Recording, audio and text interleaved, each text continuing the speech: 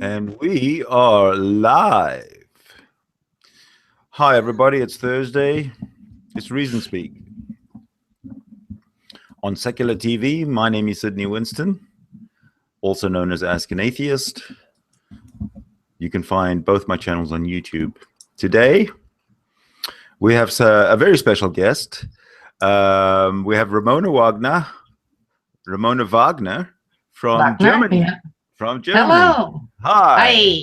Yes. Now, this is very interesting because Ramona, as well as being a friend of mine from the internet, from the Hangouts, is also a member of the Richard Dawkins Foundation in Germany, and they do a lot of atheist activism. Correct? Is that the mission statement in a way? Yes. Yes. Atheist activism. Excellent. So let's first talk about, before we talk about the Richard Dawkins, and we'll get there, let's talk about young Ramona and Germany. When you first started to become aware of, like, you know, what's happening around you, how was childhood? What was Germany like when you were a child? Okay. How was it? A lot of women were working. That's something I remember. It was very fashioned that women went to work, and the kids, we call them Schlüsselkind. Those are the kids, the key. Yes, there used to be a term for that in North America as well. Was it? Yes.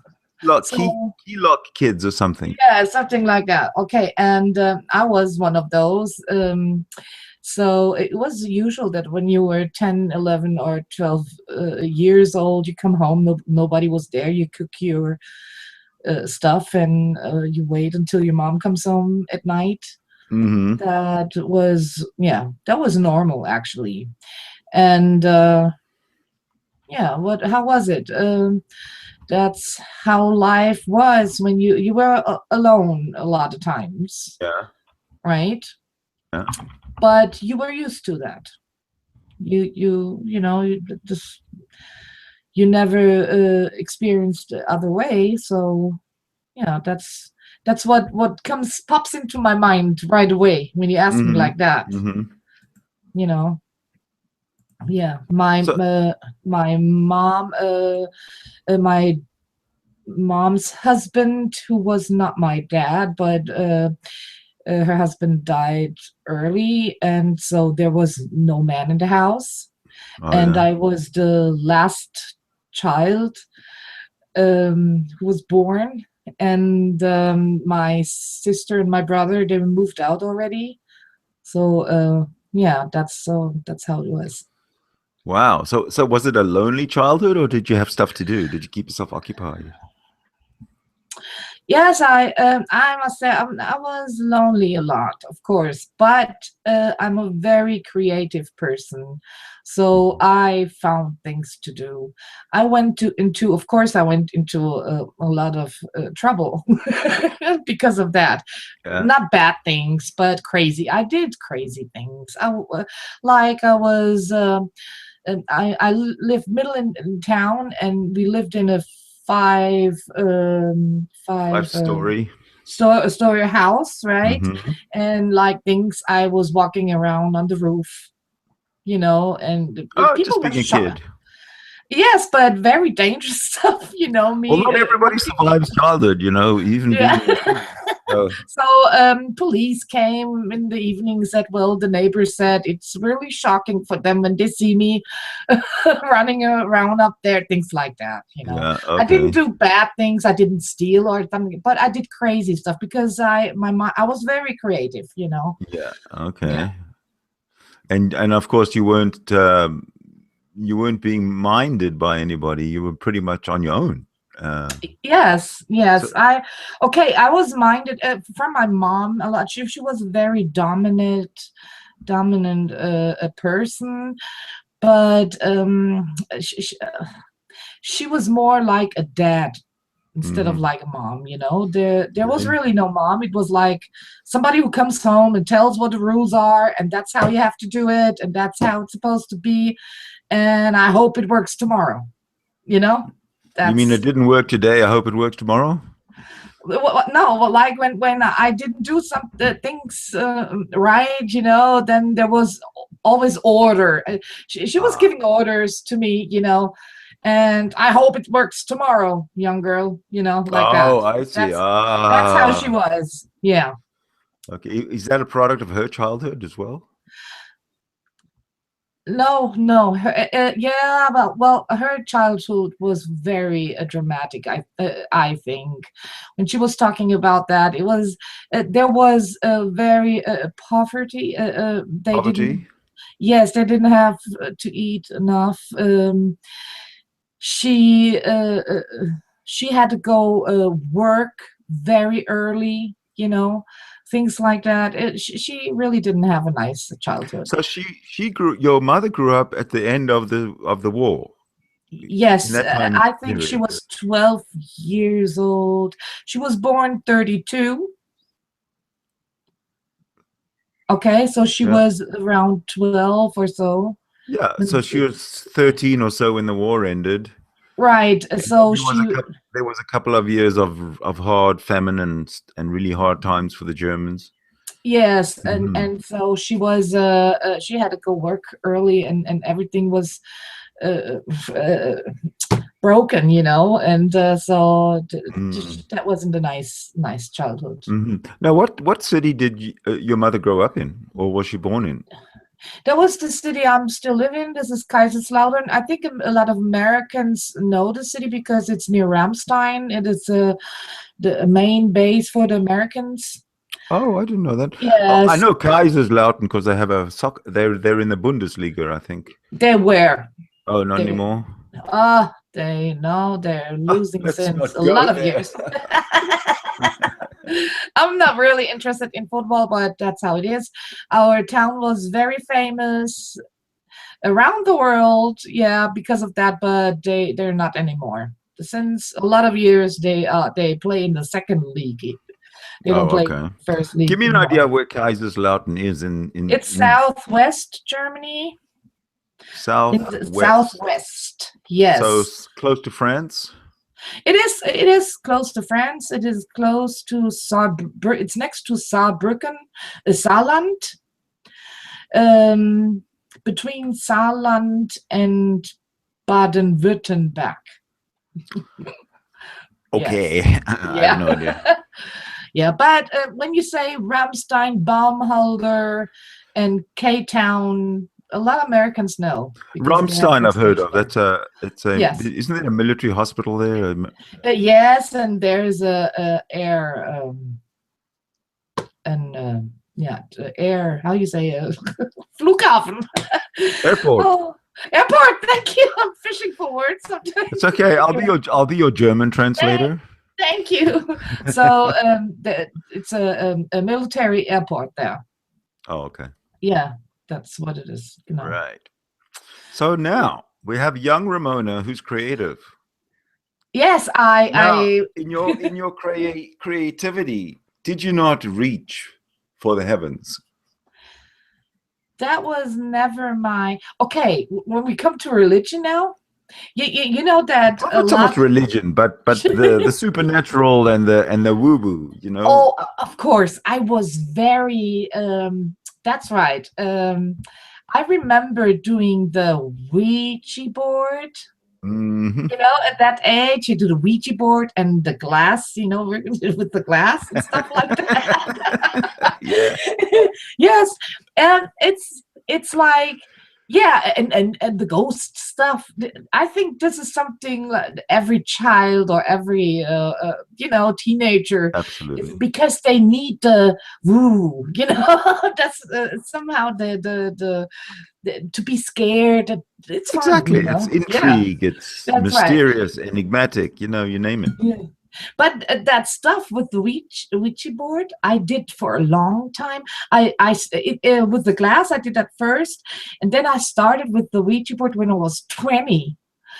But the reason why I did that, this was a time when I started to check out how people react to that.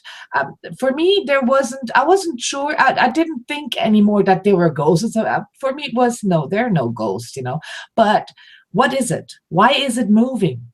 Because it is moving. Mm-hmm. Why is it moving? And things like that. So I tried to find out what it was. And for me, it's very strange. It's like a collective moving, because it does move, Well, what is it exactly that moves? Is it a glass, or is it a little arrow thing? Okay, it looks, first it was a Ouija board, but then I took the table, the moving table, where is a pencil in one. It's the pencil. You have to, is that like a pencil on another pencil sort of thing? No, it's like it's a triangle wooden board, and there are poles, and in one there is a hole, and a pencil is in there. And when it's on the paper, all the people put their hands on that wooden board, and then it starts moving, and it writes words and things like that. It was very interesting because it did, and and I didn't, I thought, how does this work, Have you? Well, tell me how it works. What I think it is, it's a sort of collective doing. You know what I mean? No, okay. Well, I wasn't moving it. But right. when I said, okay, little table, come to me, I think that all the muscles from all the fingers, from all the person, were going towards me. Well, hold on a sec. Let's dissect this a little bit. Whose board was it? It was my board. Okay, and who else were you playing with? With a lot of strangers. They came to my house. Okay. Yes. I was like the witch, yes.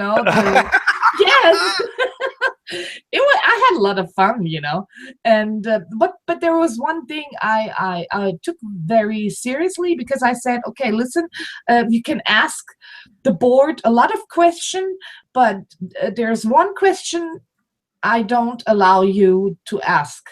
Is this when I'm gonna die? Because this is a stupid and silly question. And at that time, I already knew that your brain works like, when you tell yourself things like that, you're gonna fall and break your neck, because your brain makes you do it somehow. So I said, I'm not going to allow you to ask this question. If you do, I'm going to break the whole thing up right away.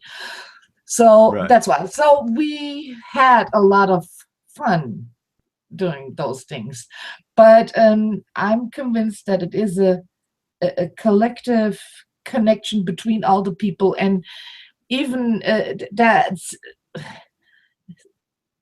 somehow it's I don't know.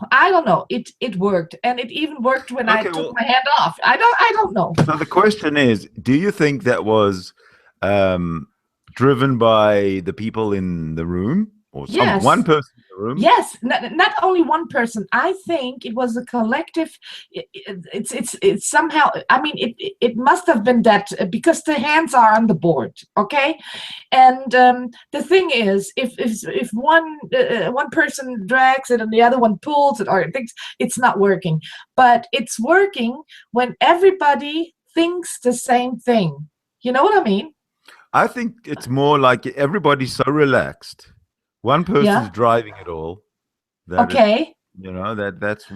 what it is. No one's trying to do anything, right? Everybody's trying to not do anything. And only the one person who knows what to do is actually the one who's taking advantage of everybody just doing nothing by slowly somehow manipulating. Of course, I tried. That's what everybody thought on the when I did those things.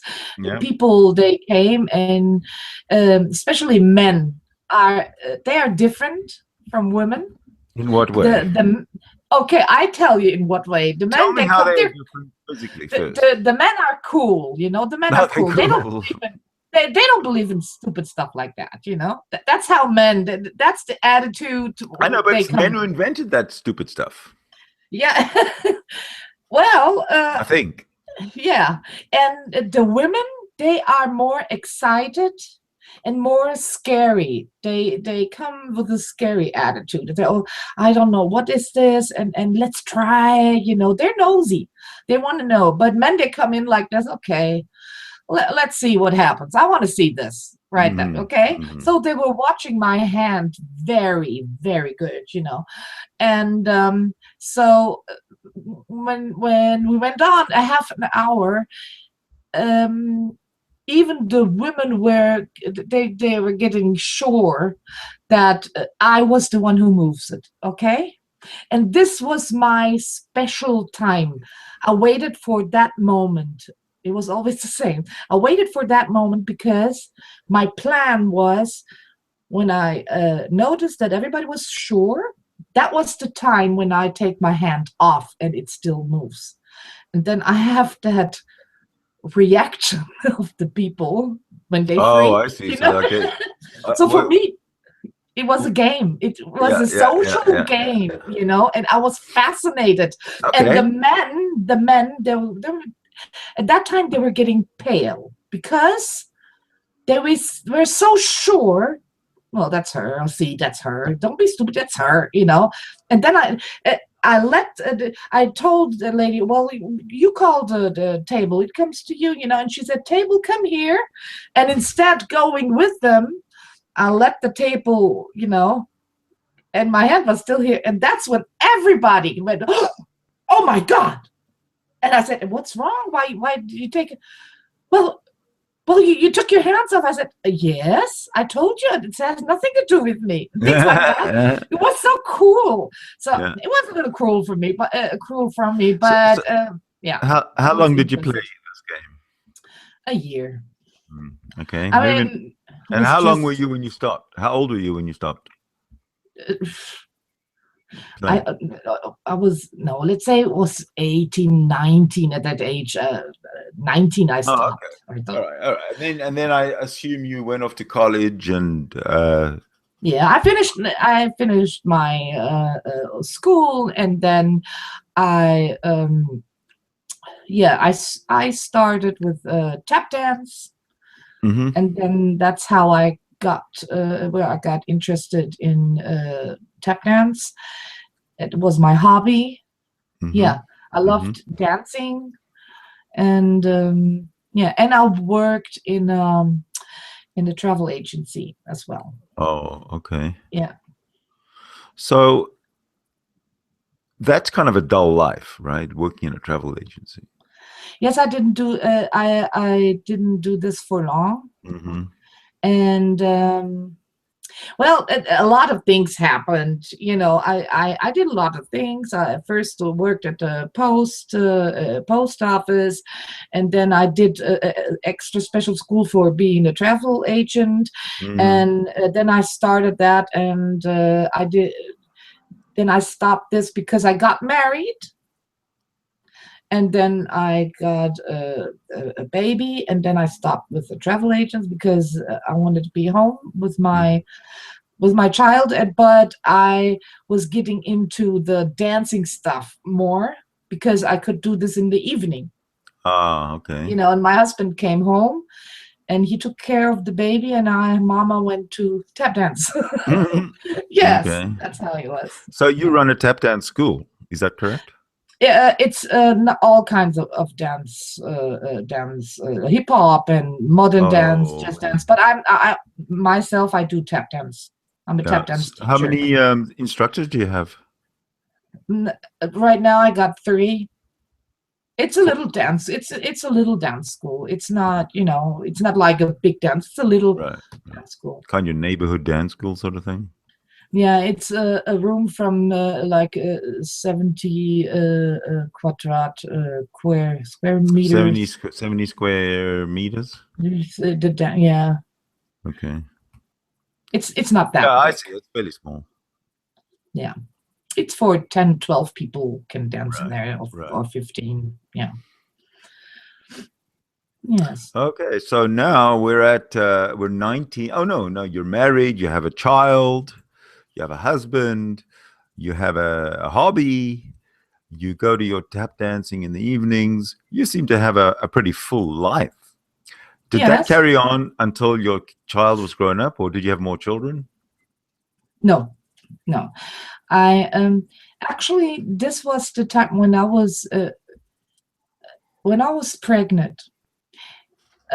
Something happened to me, because before that I was a person who was only interested in okay, and having fun, and I wasn't interested in politics. Yeah, I always tried to live my life with easygoing, things. But then when I got pregnant, and I was one of those moms who looked how the embryo looks right now. In which stages, you start to look into internet or books, you buy books and look in what stage, how the embryo looks like. I was really interested. Oh, okay. Yes, and then I found out, hey, this is it looks strange. It looks like a chicken somehow, and this, but that really, that made me think. I said, why does it look like that? Mm-hmm. And then I found out that the embryo looks the same with other mammals. Uh-huh. That's the first time I changed with my thing. I said, what is this? Why is, so I got in contact with the evolution thing, That's when I got in contact with it, where I was very fascinated with it. Mm-hmm. So that's what I wanted to really want to tell you, because I always try to remember when it started, but that actually was the time when it started, when I was getting interested in science, really, and evolution and things like that. So what did you conclude from your embryonic comparison? Yes, no, it was there was no that I conclude something. It was just I was fascinated, and then I started to get interested. That's what made me interested, really interested in that. And it was the thing that I have a child now, and I'm more interested what is happening in the world. Actually, you change somehow. It made me. Even I was 29 years old already. But that was really a time when I grew up, really. You know what I mean? Yeah. In my mind, I grew up. Matured. Yes, because I was interested in more things, because there is going to be a child now, and I have to take care of it, and I have to look what is happening to my child in this world now. And so I was more interested in the world outside. What are they doing? Did you ever stop to think about what the future world of your child is going to look like? I just want to say hi to Banto. Hello. Hey, Banto. Hello, Banto. How are you doing? A long time no see. How you doing? We're doing good. We're having a great talk with Ramona here. She's telling us about her awakening, I guess. Yes. Awakening. Yes. Are we born again too? Praise the Lord. Oh, no, wrong hangout, Banto. Oops. Okay, so what kind of awakening? It was awakening looking at the embryo from my son when he was a embryo. This is the right word in American? Yes, in English? Yes. Embryo? Yeah. Embryo, yeah. So that was because it changes in the stages. A lot of the stages change, and somehow I found out that the mammals, well, they look the same, And one time I thought it looks like a chicken, Right. So I really got interested in evolution.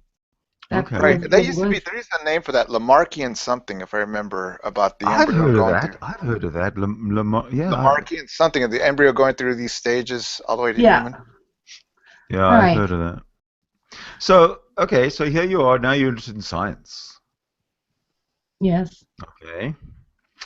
What I'm trying to do is what's the path from that moment on to your being an atheist activist?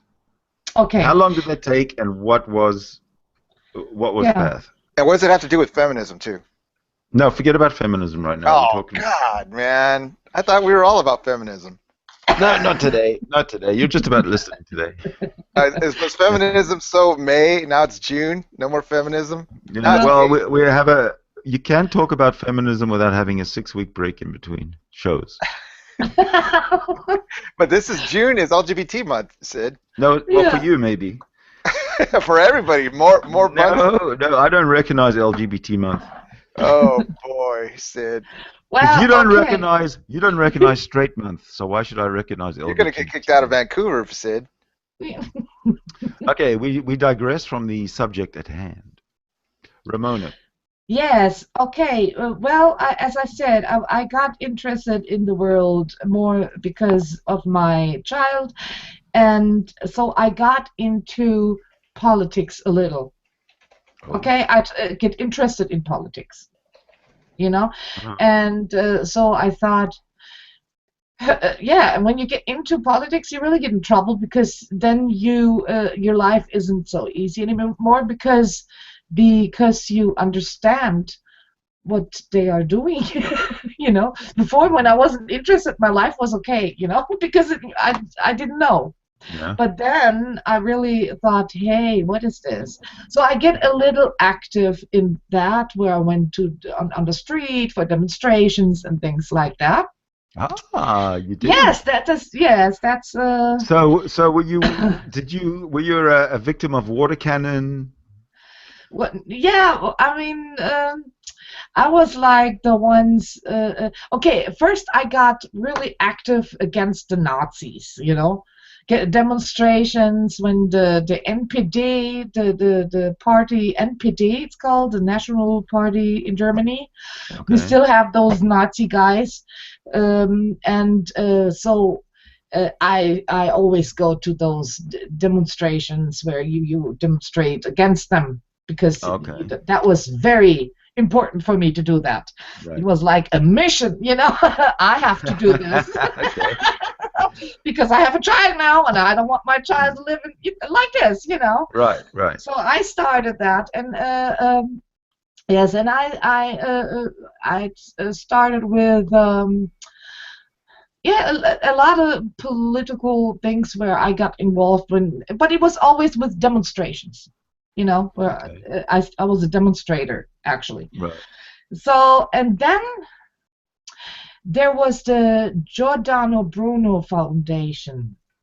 The Giordano Bruno Foundation, I found the Giordano Bruno Foundation on the net, and this is a humanist think tank, and yes, and a lot of atheists are in there, you know, at that think tank, and they do a lot in Germany. And that's how I found out what this is all about with the church, what they're doing. So I found that out. So now I'm an activist, really, where I say, okay, I don't, you know, I have to do something. It's only when I find something out and it touches me. So I'm an activist right away. Well, that's how I am. I hear you. I got a question though. What is it that the church was doing that particularly piqued you? Okay, I always remember, I told you that my mom, she wasn't really religious. She always, when I was 10 years old, I remember at that age that she always was complaining against, you know, to church. They don't do anything for me. They can shut up, you know. They don't have to. I went out. She went out of church. She's, you know, she canceled. You have to go to the where you write down that you don't want to be a member of the church anymore. She did that. So that's why, because she said that. And there was Mother's Day, and I went to church, and I took I took a bouquet of flowers, and I brought it home to my mom. The bouquet was almost bigger than I was. And she was curious. She said, from where do you have that? Because I had no money, you know. Right. I said, well, Mom, I took it from church, you know, and because you said church never gave something to you, they never helped you. Oh, that's funny. How did she? She was so proud of me. Oh, that's cute. Yes, so yeah. So I knew that the church wasn't. I was never interested in church that much, but you're influenced with that stuff, you know. Yeah. Of course, but really, an activist I got when I really found out what it really was. That we pay a lot of money to the church still. To the Catholic and Protestant church, and because there is how you call it, we still have a contract with the church. It's 200 years old. What a government contract? It's a contract. Yeah, we have a contract with them. I can't explain what kind of contract it is, but because they lost 200 years ago, they lost all their land and everything. Boo-hoo. It had something to the churches. It had something to do with the revolution. Which church actually is prominent in Germany? Is it the Catholic? It's the Catholic and the Protestant, both. Oh. You know, so... Not much Jews there, Sid. Lots of Jews there now. Now? Crawling with Jews. We don't have... That's some brave Jews, man. The Jews, we have no, but they have no influence on the state, you know, like the Catholic Church. But you know something, the Jews don't want to have, especially the religious Jews. They don't have any influence. Right. You know what? When I think right now, the Jews are really for me, they are the best. But when you look at the religious groups, I like the Jews the most because they don't. They stay out the way. No, yes, they keep to themselves. I know. They keep right. They do like their thing in private. Sure. You know, it's their religion. Yeah. That's the religious community. See, I don't. It seems to me that Germany doesn't have a large secular Jewish community. They're mostly religious Jews. Yes. Right. That's what we have, and we found that. Well, we found that out at 2012 when we had that big issue with the circumcision. Mm-hmm. I don't know if you heard, but 2012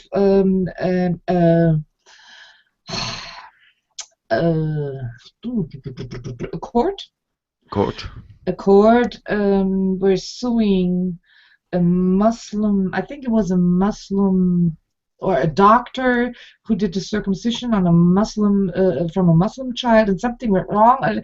It was a big issue, and then everybody found out, well, circumcision really isn't allowed in Germany because we signed the Child Convention, where it says that children. So all the holy rollers threw a big fit.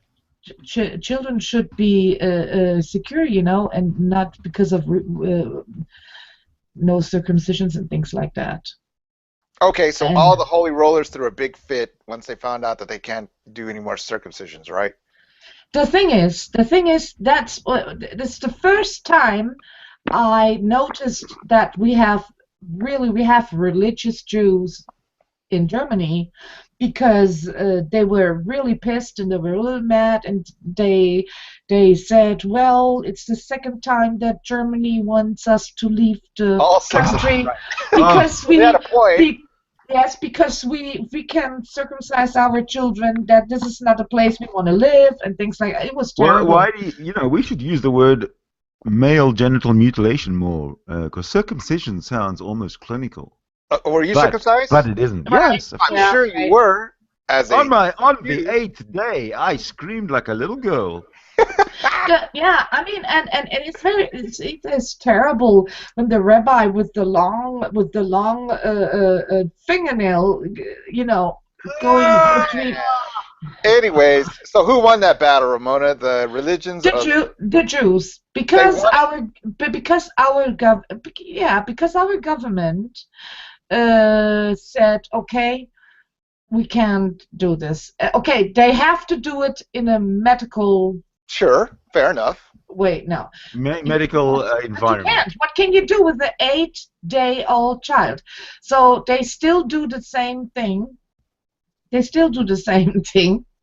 But now they have to allowance, to do it. That's the only difference. They have to. I'm sorry. They have to what? They have to allowance. Now they're allowed to do it. There is a law now that before. But who does it? The rabbis or the anybody doctors? who's religious? Okay, yeah. the rabbis who have a special medical training. Well, fair enough. I don't think any of them have special medical training. That's what you call a doctor. Well, I know, but this is I think. But this is the issue, and it's surgery. It's surgery, isn't it? It is, and there is still the problem. There is still the problem with the shot. How you say it? The shot. Narcose. The anesthetic. Yeah. You can't because it's so tiny. You can't. It's so hard to do this on an 8-day. Right. Especially when there's no need, right? It's horrible. Okay. Let me ask Ramona a question. Okay, Ramona, yeah. I can go to your town square center, right, and set up an atheist booth, and it won't get torn down. No. Okay, come here to America. What do you think happens, Ramona? Yeah. Go to lunch, right? You come back. Hey, where's my booth? They took it down. So what's the difference? You ever been stateside? Eat lunch in your booth. Right. Yeah, that's the wisdom. That's the good ones. Okay, Ramona, have you ever been here to the United States? I visit my family, but I didn't see that much because I was more in hotels, looking the beautiful hotels they have in Memphis. Right. Okay, have you ever heard this term before, the Bible Belt? Yes, of course I know the Bible Belt. Your take. Listen, pardon? What do you think? Terrible. I think it's so terrible because I tell you something. I have a cousin. I have 2 cousins. Yeah, one cousin, he is really not that religious, and the other cousin, she's terrible. She's a Bible thumper, God squatter. Yes. Yeah. So she blocked me even in Facebook because really? I couldn't stand it because she was when my aunt was sick, right? She was in the hospital. She had cancer and things like that. And when she came out and everything was going okay, and she wrote, "Oh, thanks to God, praise the Lord," and and I wrote on her chronic. I read, well, could you please tell the doctors for me, because she's my aunt, I love her, please tell the doctors thank you, and the nurses who took care of her, say thank you to them, because actually I think you won't, because you keep on thanking all the God and thank Jesus and everybody. Right. Okay. You come here to eat with your relatives, and they all say a prayer before the meal, right? So, like, you're halfway eating a biscuit when they finish? I don't know that because I don't, I have not that big contact. Okay, they pray here before the meal, before the ball game, before they do anything political. Yeah. Everybody has to say a prayer. On our money, it says, "In God we trust." You try to open your atheist stand downtown, they're going to tear it down. Yeah. You want to, have a bumper sticker, "There is no God." They vandalize your car. Welcome to America. This is something the people in Germany don't understand, because it seems like that the atheists, they have to do a coming out like the gays here, Right. It's like having a coming out. And that's why I think that David Silverman's work is so good, because he helps them to get out of the closet. I like that. To help the atheists to get more, okay, to come out. So yeah, because we are a community, and I think that we are at least 3 times the community that is being publicized. That's what I think. Bigger, there's more closeted atheists than open. That's what you're saying, Sid? Yeah. Yes, by a factor of 3. Yeah. By a factor of 3. times. Okay, so Yeah. I can go to Germany, right? And just blast God wherever I go and really be anti-theist and not worry. Well, as long as you don't call God Allah, I think you're good. Yeah. All right, okay, okay. Which is Okay, worse, let me explain. atheist or Islam? Let me Hold on, explain. let her explain. Let Ramona explain. I explain. Okay, when you go to little cities, like little countries, Yeah, you know, villages, so forth. that's maybe a little more, you know, that there are old people living, they're more religious, you know, and when you live there, it could be that it is an issue when you go out of the church, when you step out of the church, you know, they say, well, she stepped out of the church, you know, she's not a church member anymore, and things like that. But the main Germany, the people, they're really not that religious. Okay, but the problem we have right now is that we have those fundamentalists. We have fundamentalists, Catholic fundamentalists, we have Protestant fundamentalists, and we have the Muslim fundamentalists. We have been living with Muslims for a lot of years, you know, and we had never had problems, and we never had that they came out in the open, or that the women were veils or things like that. They didn't. It's just this is like it started 8 years ago. It came from the Wahhabites who started to work up in Germany, and that's when Wahhabis? the Wahhabites, yeah, or Salafists, yeah. Now let me tell you, Ramona, I know that Islam is bad news, okay, but they're not going to give me, the atheist, any hassle, right? They're going to give me like more love there than here in America. Like I could run for public office over there, right? Did you know if you're an atheist over here in America, you can't run for public office? I know it is. Okay, but let me say something. Okay, the thing is, when in politics, when you are good with the Catholic Church, and we have to say right now, the party who's in charge is the CDU. It says the Christian Democratic Union. All right. Yes, and they don't want the gay marriage. Things like because of religion, you know, because the Catholic is that Angela Merkel's party? Yes, that's what it is. I did not know that. And so much for feminism, I said. So and when somebody from the CDU would go out, step out of the church, I think it would be a little bit problematic for that person. You know what I mean? So the church still controls politics. They have their hands everywhere, you know. I mean, they get weaker because the activists get stronger, and we do the same work, but still they are in charge of so many things because they took over. They are in charge of a lot of kindergartens. They're in charge of a lot of hospitals and things like that. They don't pay anything, but they are in charge. Right. That's the thing. Right. So how did you drift in? I understand that your atheism is pretty much innate. Lucky you. Like me, yeah, pretty much. But how did you drift towards the Richard Dawkins Foundation? This is the fascination I have. I just want to say, nice talking to you, Ramon. I got to fly. I just want to come in and say hi. Take care, y'all. Thanks for dropping in, Malta. Okay, bye-bye. That was strange because I told you I was at I am with the Giordano Bruno Foundation, and I was doing stuff at Facebook and in my town and so, and there was that guy who worked in the States in the American Foundation, the Richard Dawkins Foundation, and because of personal reason he had to come back to Germany. But what he wanted to do is open a German site from the RDF.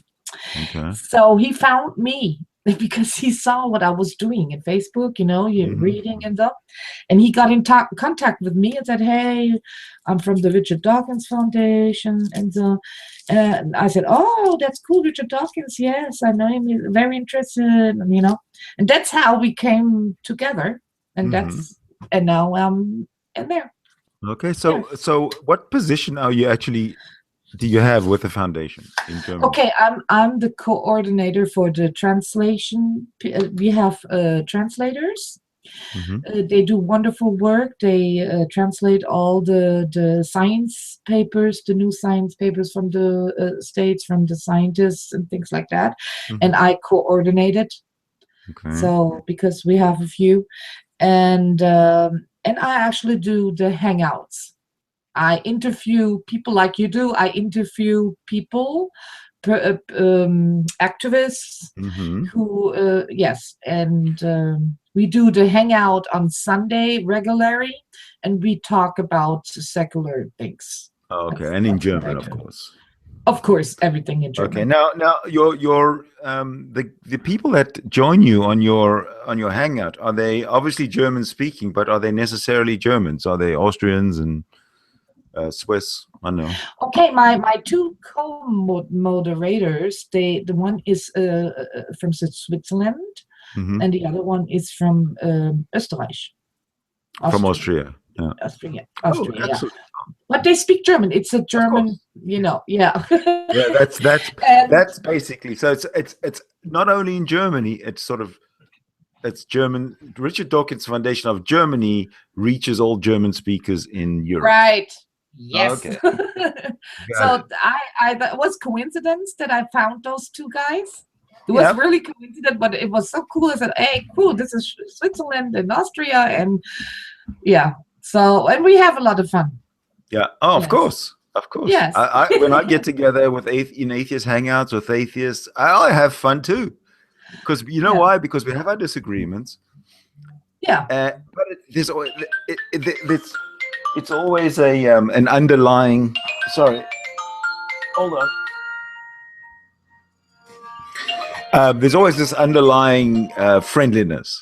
Yeah. There's none of this animosity, acrimony, and stuff like that. Yes. Yeah, and that's what actually I like with atheism as well, is because it's a kind of honesty in when you argue, because you're not you don't intend to always agree to the other person. You're critical to everybody. Yeah. Not only to religious, but you're critical to what atheists say of course. as well. That's right. And this is so cool. Yeah. Because with atheists, we can call BS whenever we call BS and actually have the other person acknowledge, okay, yes. Yeah. We even have critics when Richard Dawkins sometimes thinks what he says when he when he twitters. He loves to Twitter. Yeah. Richard Dawkins loves to Twitter. And sometimes he Twitters things where we think, or I think, what is that? Like what? Yeah. It's sometimes the way he says things where I said, okay, there was that special thing where he was talking about the Down syndrome, where a lady asked Richard, what would he do when he knew that there was they found out, well, this baby is going to be will have Down syndrome. And he said, well, if I would have the choice and I know that there would still be time to have an abortion, I would have an abortion and try so time. What? I would do the same thing probably. Right, but the thing was, when you Twitter, you only have 270 signs. Characters? Yes, you can't Twitter a long thing. So he had to argue this issue with very short phrases, and it sounded differently. So I thought I wouldn't have done it. I wouldn't have. I would do an article about this, but I wouldn't Twitter because Right. everybody got it wrong, of course. I mean, for me, I knew he didn't mean it like it sounded, you know, because I know him. Like I know how he actually how he thinks about those things, but I wouldn't have done it. I said this was really, you know. Ramona, Lindsay Lou has just joined our hangout. Have you met? Have you met? Yes. Hi, Lindsay. Hi, Lindsay. Hello. How are you? How are you? I'm doing swell. Excellent. Cool. Did you know that Ramona is with the Richard Dawkins Foundation? No, I just read that on the banner like 5 minutes ago. Okay. Well, do you have any questions for Ramona, actually, while I have the opportunity to ask you?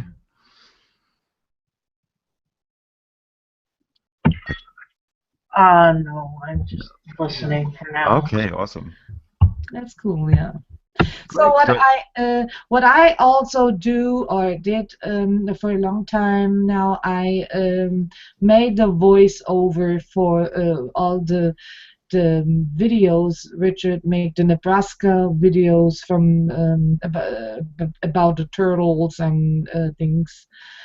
When you go to richarddawkins.net, you will find a lot of videos where I did the voiceover of and I love to do this because it's so interesting. Yes, and I asked Richard. I wrote him a mail. I said, "Do you mind? Because I'm a woman. I do a voiceover." And he's so kind, and he says, "Of course not. I don't care if you know what kind." You have actually had contact and communication with Richard Dawkins. Of course, we have to. Sometimes we have to ask things, and do you think he'll join you on the show? I wish I could. I know it's a long shot. No, listen. This is. I mean, I really got lucky when I wrote him. Yeah, I really got lucky because he answered right away. So I really got lucky because he gets a lot of mails, I'm sure. So you really okay, maybe he reads mails from us. He reads them, but it takes a while. So So I asked him, and he said, "No, it's all. Of course, he's delighted, and he likes it that I do it, and he thanks me for the work I do. That's how he is, you know." Well, ask him if you can give me his email address or something so that I can contact him and ask him to be a guest on the show. And I'll, take that 1 million to one shot. I want to get him on my show first, on my hangout show. No. He's not so good at German, I will understand.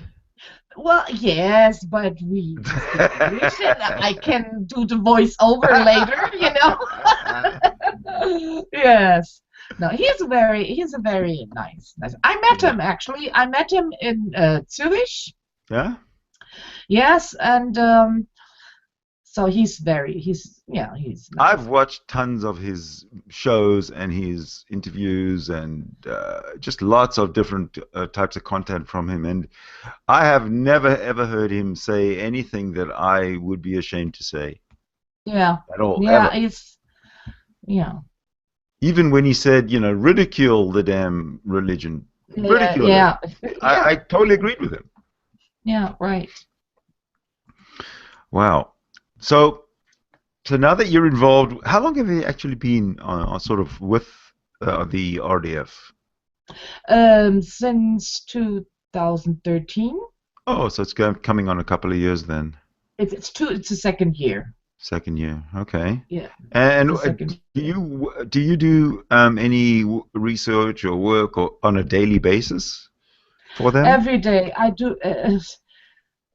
You know what? I spend so much time with that stuff. It's. What is the mission statement of the RDF Germany? It's to spread truth, science. Spread it out to Germany, and because our school, everybody says, okay, Germany school, this is good school, but no, it is not. We still have religion class in school. Now we have, and we also have the creationists are coming now more out in the open, so we have to be careful. We have to make a big issue out of this now. Right. We have so we have a lot of things to do. Do you have any projections as to like when you're going to achieve your goals by, you know, of spreading the word, as it were, spreading the message, the truth, that you call it, everywhere, so you can dilute the religion out of Germany or out of Europe? Yeah. Do you think you mean like receiving hate mails and things like that? No. No? I mean, like, what do you mean? Reaching everybody. When you, what's your plan to reach every village, every little train stop, everything in Europe? Okay, let me. Yeah, with I told you I'm with the Giordano Bruno Foundation as well. Okay, now explain that a little bit. They have more because, okay, there's the main foundation. And a lot of Bundesländer, I don't know how you call it. Government land? Yes, they have regional groups from regional groups from the Giordano Bruno Foundation. And I have a regional group in Kaiserslautern where I live. So we are spread, and we are actually doing info stands, you know, in the town where you live, and talk to the people. This is how you bring it on to the people. And what the Richard Dawkins Foundation is more like, it's working on the website and spread it over the net, try to reach a lot of people on the net. Right. It's a little the way how they work. It's a little different, you know. Okay. Yeah. So what's your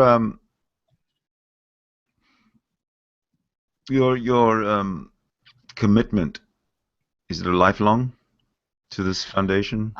Yes, I think so. I'm hooked. Yeah. I'm hooked to both of them, to the Giordano Bruno Foundation and Richard Dawkins Foundation, and it's terrible. I'm hooked, and yeah, it's like it's a part of my life now. Right. Now, do you find it, is it for the social or is it for the ideological? For me, it's both. It's for the social, because I'm convinced that that we can do a lot for the society, for how the people treat each other, how we accomplish yes, things in the humanity way, in a humane way. Yeah, right. With that's what I meant, and that's why. And this is something you do until you die, you know. Right. Well, I hope that by the time we're done, that I'm done, that a significant change will be noticeable in the world, a significant change, you know, to the positive, of course, in eradicating the institutions of, or the ties of the institutions of religion to government and so on and so forth. Yeah, I mean, what we I always explain is we are not against people. We are not against religion, really. I mean, we are against what people do because of religion, and that is a difference. You know, we don't go around and say, well, you Muslims or you Christians, you're so stupid because you live. This is not the issue. The issue is, how do we cooperate as a society, each other? How do we deal with things? And that's where you have to keep religion out, because religion is not it doesn't solve a problem. You know? I think religion is not how you, at least in my opinion, religion is not the way you reach out. What you do is you reach out by undermining the reasons for there being a religion. The reasons for being a religion, for the deistic and the supernatural. Once you undermine all that, once that's gone out of people's mind, then the traditional part of it will just a generation or two it will be gone. Right. Yeah, I mean, life can be hard and life can be rough, and people they look and search for a solution for it, so they can deal with it. And religion seems to help some people to, like imagine, well, there's somebody who takes care of me, and they need it. And the way I see it, religion seems to help. Well, people who've really hit rock bottom in one way or another, they bounce back, and religion somehow helps pull them back up. Yeah. You find a lot of people that are religious, or Christian religious anyway, have some kind of a background or some kind of a nefarious past that they are trying to leave behind. Yeah. I mean, I could ask a lot. Well, what about when something bad happens to you? There is nothing. Nobody helps you, and with us, there's God. And I said I had such a bad time 5 years ago. There were a lot of people died, and young people where I knew very good, and it was so bad for me, and I suffered a lot. But it would be terrible for me to think that there would be a power who could prevent me from that, and he didn't.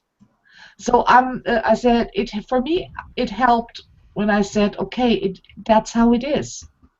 Life ends, and it's bad luck, when somebody dies, he dies, and that's it. When he gets sick, he gets sick.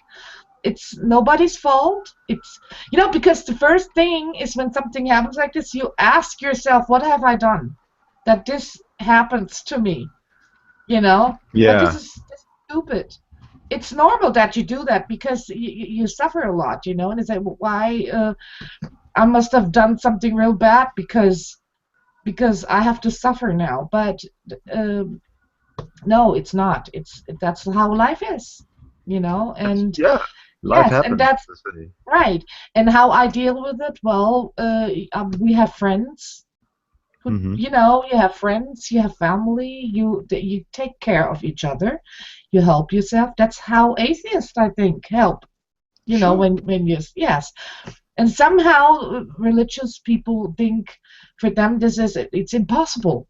How can they, or are they not afraid of death, or are they not afraid of, Yes, of course, but when you think about it, we know, or we think we know, that it's over, and when it's over, it's over. You do the best thing what you can do now.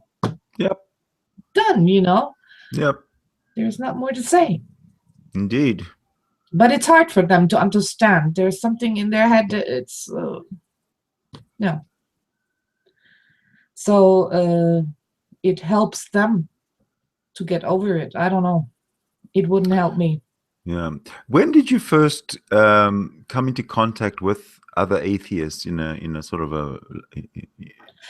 in the larger picture? That was when I started with the Giordano Bruno Foundation. That's I got in contact with them, and I got in contact with all the things. What I found out. It was like I said, I didn't know this, So that it's 4 years ago, really, actually. Oh, really? Yes. Okay. Wow. Yeah. It's been about that long since these hangouts have been available, and that's when I met a lot of atheists from around the world through this medium. Really? Yeah.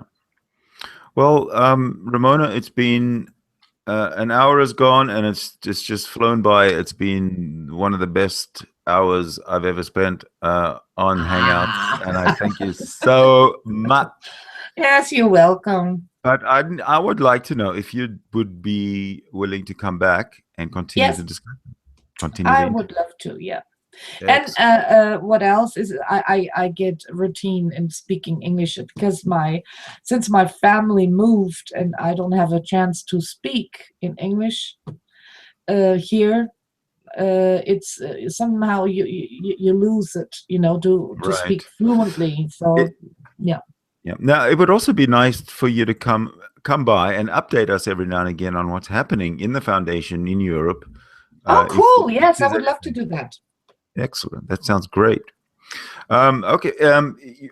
You don't have to run away if you don't have to. What we're going to do is we'll just go off air and open up the room to anyone who wants to come in.